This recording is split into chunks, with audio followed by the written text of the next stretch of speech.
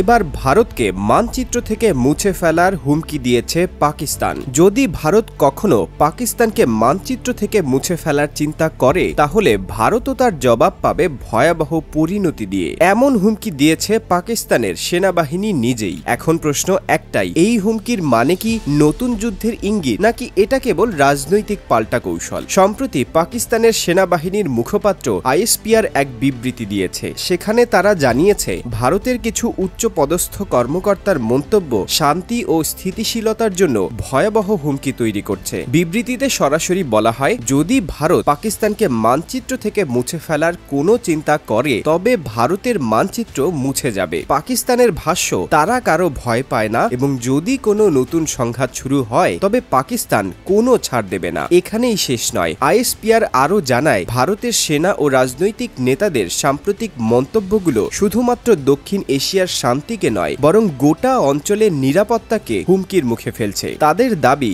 ভারত সবসময় নিজেকে হামলার শিকার হিসেবে উপস্থাপন করে, অথচ বাস্তবে তারাই প্রতিবেশী দেশগুলোতে উত্তেজনা ছড়ায় ও সহিংসতাকে উস্কে দেয়। তাহলে কি এবার সত্যি যুদ্ধের ঘ্রাণ পাওয়া যাচ্ছে? এই বিবৃতির পেছনে যে কারণ তা লুকিয়ে আছে সাম্প্রতিক এক ঘটনার মধ্যেই। চলতি বছরের এপ্রিল মাসে ভারতের কাশ্মীরের পাহালগাম এলাকায় এক ভয়াবহ বন্দুক হামলায় কয়েকজন সেনা নিহত হন। ভারত এই ঘটনার জন্য সরাসরি পাকিস্তানকে দায়ী করে এবং সীমান্তে পাল্টা অভিযান চালায়। জবাবে পাকিস্তানও ভারতের একটি যুদ্ধ বিমান ভূপাতিত করে। 4 দিনের এই সংঘর্ষে দুই দেশের সম্পর্ক আরও খারাপ হয়ে পড়ে। যদিও শেষ পর্যন্ত আন্তর্জাতিক চাপের মুখে যুদ্ধবিরতি ঘটে, তবে সেই থেকেই শুরু হয় এক নীরব স্নায়ুযুদ্ধ। শুধু সীমান্তেই নয়, যুদ্ধটা এখন চলছে কথায় আর কূটনীতির মঞ্চে। ভারতের মঞ্চ থেকেও এসেছে শক্ত বার্তা। ভারতের সেনাপ্রধান ভূপেন্দ্র দ্বিবেদী সম্প্রতি এক বক্তব্যে বলেছেন, পাকিস্তান যদি সন্ত্রাসবাদ চালিয়ে যায় তবে তাদের মানচিত্র থেকেই নিশ্চিহ্ন করে দেওয়া হবে। তার সঙ্গে সুর মিলিয়ে ভারতের প্রতিরক্ষামন্ত্রী রাজনাথ সিং বলেন, সীমান্তে যদি পাকিস্তান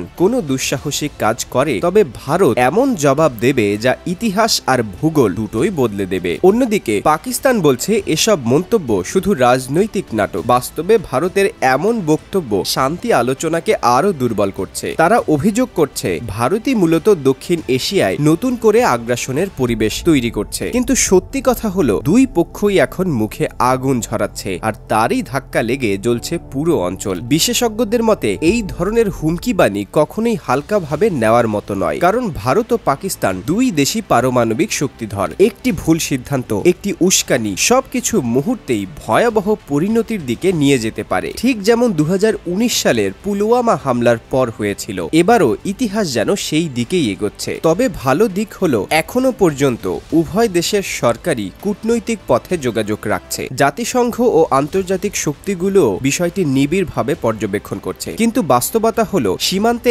এখনো ছোট ছোট সংঘর্ষ চলছে, যা বড় কোনো বিপর্যয়ের ইঙ্গিতও হতে পারে। বিশ্লেষকদের মতে এখন দুই দেশই নিজেদের জনগণের সামনে শক্ত অবস্থান দেখাতে চায়, কারণ রাজনীতিতে এই ধরনের কড়া বার্তাই জনপ্রিয়তা বাড়ায়। তাই এসব মন্তব্য যুদ্ধ ঘোষণার ইঙ্গিত নয়, বরং এক ধরনের মানসিক চাপ সৃষ্টির কৌশল হতে পারে। তাহলে প্রশ্ন একটাই রয়ে গেল, এই কূটনৈতিক হুমকি কি শুধু মুখের কথা, নাকি সত্যি দক্ষিণ এশিয়া আবারও যুদ্ধের মুখোমুখি? সময়ই তার উত্তর দেবে।